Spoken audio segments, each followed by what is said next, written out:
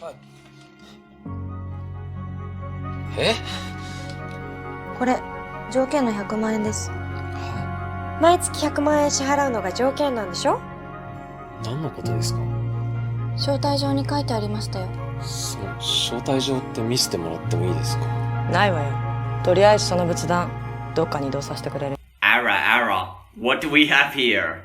Looks like another waifu to add to my collection. Man, look at Netflix go. Supporting all sorts of different creators and shit. I for one happen to like Netflix. It finances a ton of great Korean shows, and also Squid Game. Which was why I was doubly disappointed to see them facilitating the anime pipeline. It goes something like this. Hentai, to anime, to J-drama, to youth suicide. Million yen women.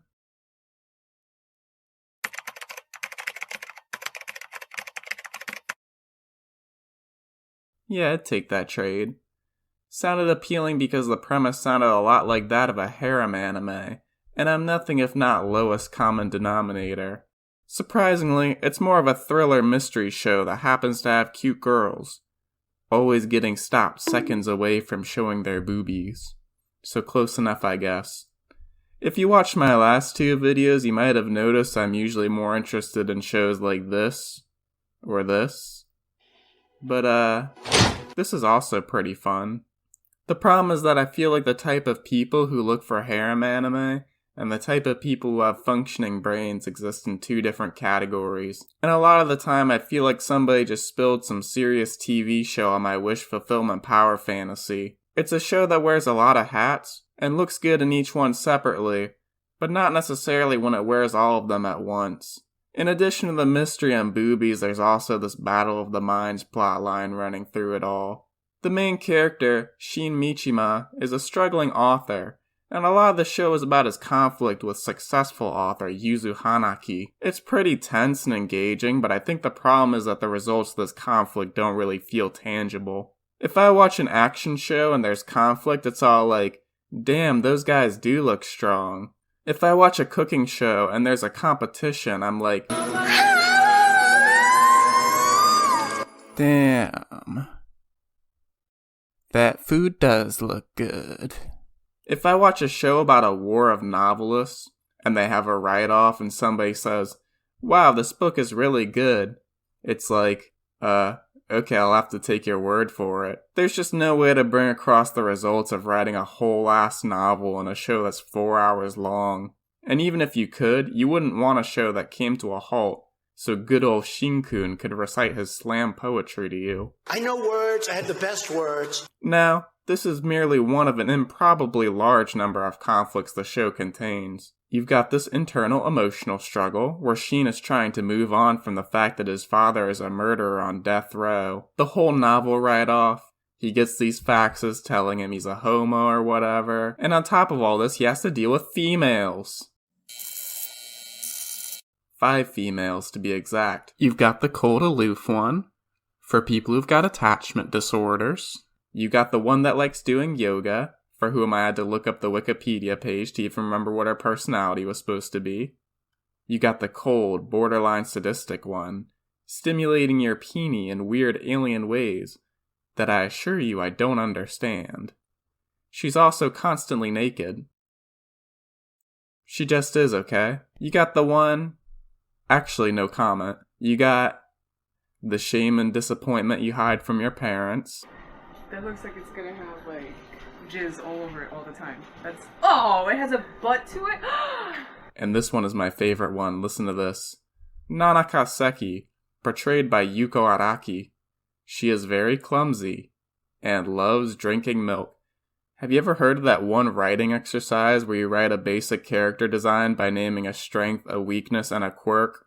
Well, you always know you're scraping the bottom of the barrel when your quirk is just, they like a certain type of food. I swear to God, there's this one scene where this character is killed, and Shin goes to the grocery store and dramatically stares at a carton of milk. The other characters are just as flat. You know you've written stellar character designs when I can sum up all their personalities in one word. Actually, I can sum up all of their personalities in the same word, and the word is boring. None of these characters are exactly typical wish fulfillment characters either, which is fine, obviously. Just because I won't acknowledge that women have autonomy in real life doesn't mean they can't have it on TV. But why would they set up all this fan service just to have it go nowhere is beyond me. It's not like a show is subverting your expectations or anything. He does romantically get involved with 4 of the 5 women at different points in the plot. Can you guess which one turned out to be the killer? Like, yeah, you could argue that it's subversion of expectations and the fact that he gets blueballed each time. But the same is true of a show like Kiss X Sis, and nobody's telling me that this show is genius. I could be convinced of it, though. 2 of the women even make agreements to fuck him. They even seem to imply a hooker falls in love with them at one point. Oh, so that's how you get a girlfriend. I mean, one of these women turns out to be married. To an old guy at that. 2 of them die, and one of them is 17, meaning that he can't do anything with her legally.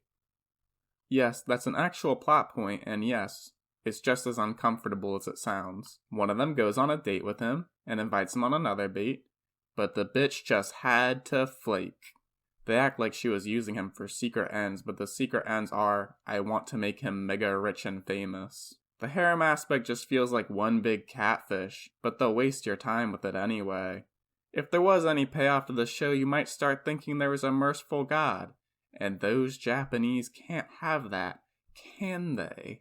This could be a cultural thing, but I noticed that not all the girls are what I would call drop-dead gorgeous. They're all attractive, especially the good, morally pure ones, but they aren't all stunning. I personally like this choice. It goes pretty well with the vibe the story was going for. You see, the show feels like it's split into 2 parts, mundane and surreal, and the show builds a lot of its drama off the interaction between these 2 parts. Most of the scenes are meant to mimic the feeling of real life. There's a slight camera shake to most scenes, giving it a more natural vibe, and most of the show feels like it's going for somewhat natural lighting. It's a dialogue-heavy show, so unsurprisingly a lot of the scenes usually follow a format of wide establishing shots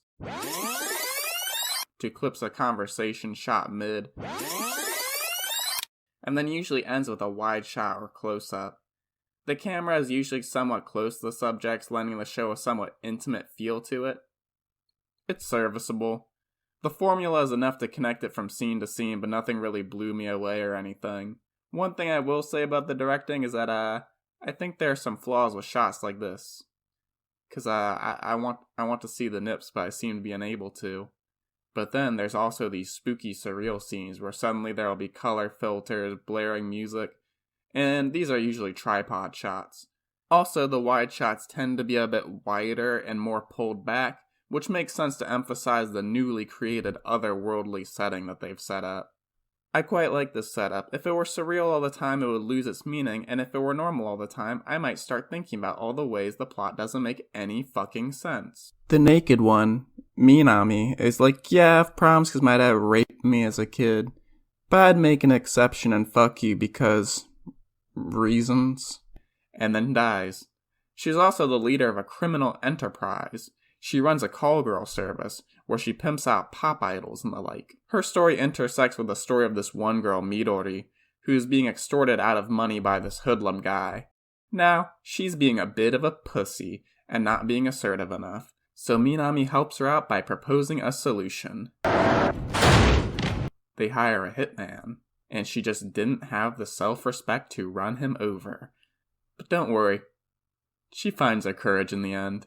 In one of the final scenes, Midori has invited the killer Yuki to talk with her. Then, boom, the hitman Sunako appears behind her and starts choking a bitch out. Midori tells Yuki that she's a punk bitch for crying, and then the guy who was extorting Midori walks in and gets rid of the body. Why is he working for the hitman now? I don't know. It's implied that Midori basically stood up to him somehow. But why would they not show the most important part of our arc that they've been building up to the entire series? Also, I find it weird that they don't touch on the fact that one of the protagonist's main motivations is that he hates murder and death and shit like that, and he almost gets together with a criminal who's icing people on the regular. The ending also makes no sense if you think about it for any amount of time. In the end, they reveal that the person sending the faxes is actually a completely separate person from the killer, But the person who sent the faxes sent them during really dramatic times to taunt Sheen. Like, after one killing she sends a fax to fuck with him like she had some sort of hand in it. Did she just happen to know that he would find the body of his dead friend at that exact moment despite not being associated with the killer in any way? A lot of the plot relies on coincidences just in general. None of the girls are associated in any way, but all of them have these insane backstories. And 80% of them just happen to be into poor, socially awkward, borderline unemployed people. Where do I get a deal like that? Most of the ending I flat out don't get. The ending of the arc with Yuzu Hanaki is that he invites Sheen on an online show basically to meme on him. And meme on him he does, but then Sheen stands up and declares that he knows who sent the invitation that was the inciting event for all of the girls to show up at his house. Then, he's at a hotel, and Yuki shows up and declares that she was the killer and that Sheen has caught her red-handed. How did she know he actually found her out, though? What if he was bluffing and was just using it to draw her out of hiding? What hint did Yuzu give that tipped him off that it was her to begin with? And what's a man gotta do to get some serial killer pussy? Am I right, fellas? I don't think they say any of these things, or clarify what happens at all. I will caveat that video games and masturbation have eaten away at my brain, but come on, this is a harem show. They should probably be accounting for slow people like me. This reveal is kinda cool and kind of lame. Like I said earlier, you could easily predict it's her because she doesn't fit the fan service model of the show. But also, there is some interesting foreshadowing. They reveal why she killed one of the characters, Nanaka, too, but it's in what was quite possibly the lamest way imaginable. It was basically the generic, she was too smart and knew too much type of shtick. Also, Yuki's motivation was that she was just doing it for the lulz. Really? You couldn't have thought of anything more thematically appropriate? There was no hint of any deeper motivation. No nothing, really. It was a type of reveal that could easily be transplanted into literally any other mystery story and make just about as much sense. Also, I get that Yuzu is supposed to be ass mad that Sheen got an award and not him.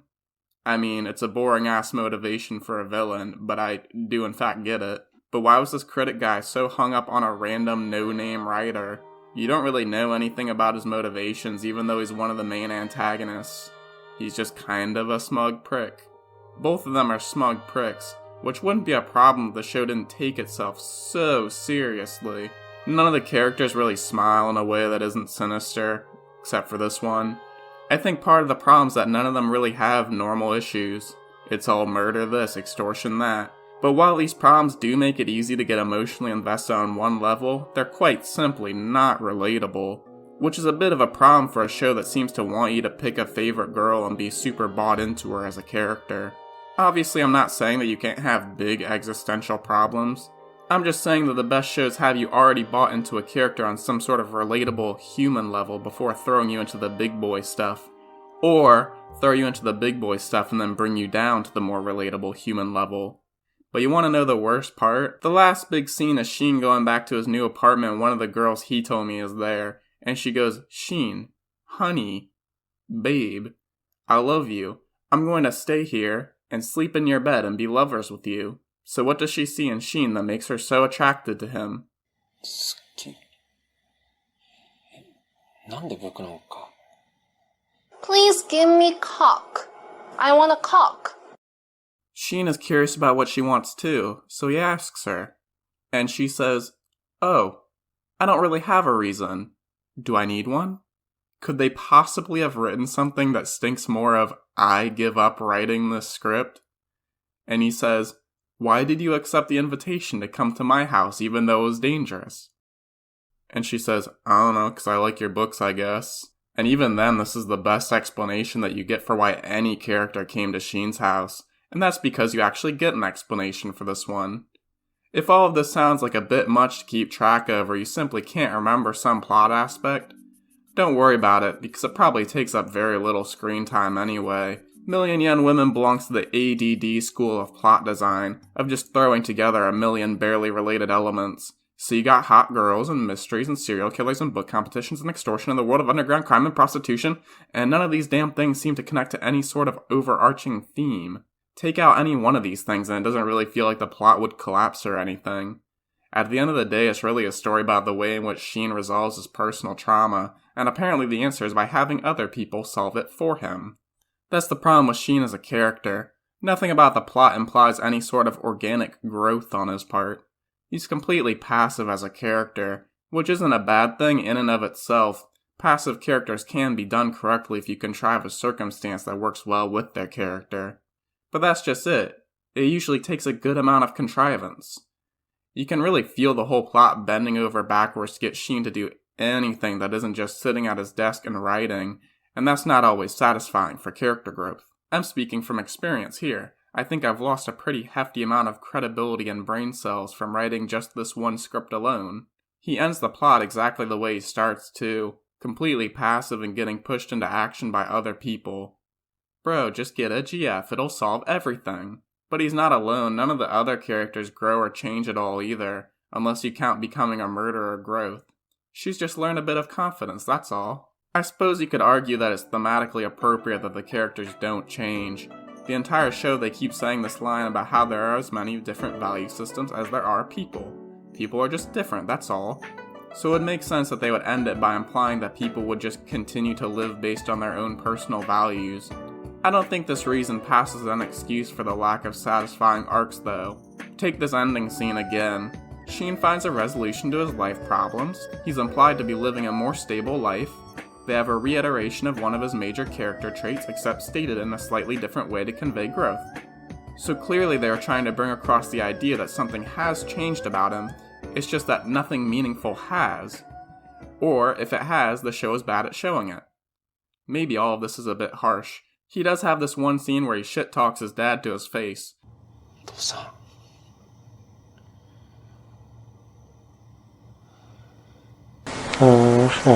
Your little teeny masturbating in your little diaper. And he deepens his relationship with the girls, which I would say demonstrates some type of development, but this growth really only feels limited to a few select scenes. Now, my more equality-minded viewers might be thinking something along the lines of, isn't it kind of weird that the women in the show only really seem to exist to advance the main protagonist's plotline? Don't worry, that's true of the male characters a lot of the time too. It's really the only reason I can think of for this character to exist. Seriously, his entire purpose in life seems to be making sure that this loser sells books. Why? I want to know. The only time he did anything resembling normal human behavior was when he got smashed and talked about how he was jealous of Sheen getting pussy or something. I wouldn't call his existence meaningless. I review Asian dramas on the internet, so I try to avoid such glass houses. But I will say if you take him on his own, he doesn't really stand out as a character in any particular way. In terms of characters I like, there's Sheen's dad. For starters, he's the best acted out of any character on the show. His plot is given a distinctive resolution, where he seems to recognize his own mistakes before his eventual death. He's an actual three-dimensional character too. His internal conflict essentially revolves around feeling remorseful about what he's done, while simultaneously defending his past wrongs by either appealing to some form of lost honor or the way in which he was hurt by his wife cheating on him. The show takes something like the type of plot structure you would expect from this sort of show. The first episode's about Sheen, then the next several episodes are usually used to build up the plot line of one of the women. They'll bring their storylines close to a climax, and then switch focus to the next character to keep you in suspense. Then, all their stories collide for them to take part in the collective plot. All of these characters have resolutions to their plot lines, but for some reason a lot of these resolutions lack emotional weight, or worse, happen off screen. I will say that the high point of the show is the pacing. Rarely does it feel like the show is wasting your time or giving you unimportant information. It really does slip into a scary place over time. Also, I like the setup of a guy who's traumatized by the violence in his own life, slowly slipping back into that sort of environment. In terms of acting, I think they all did pretty well. Some of them better than others. I thought that Takashi Yamanaka sometimes felt a bit melodramatic as good old Sakurai-san, but it would make sense that he would seem a bit lacking compared to some of the incredible actors on this show. The cast is decently star-studded, which makes sense since it is a TV Tokyo production. Rena Takeda, Yuko Araki, and Rena Matsui, best known for doing songs with AKB48.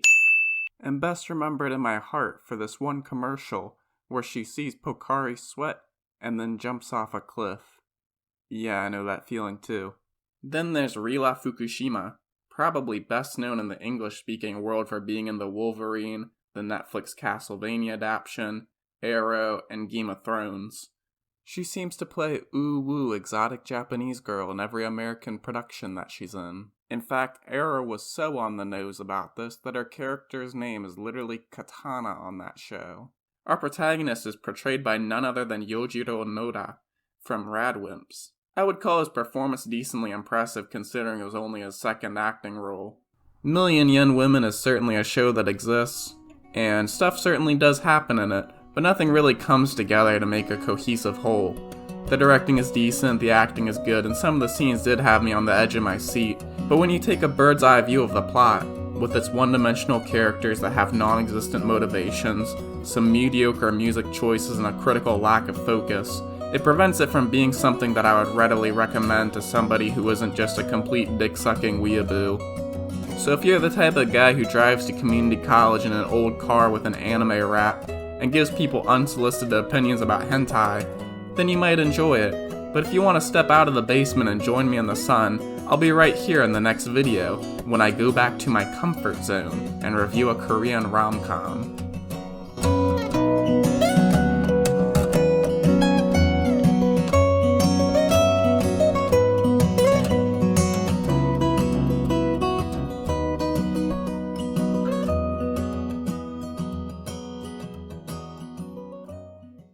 I need to come. I really need to come.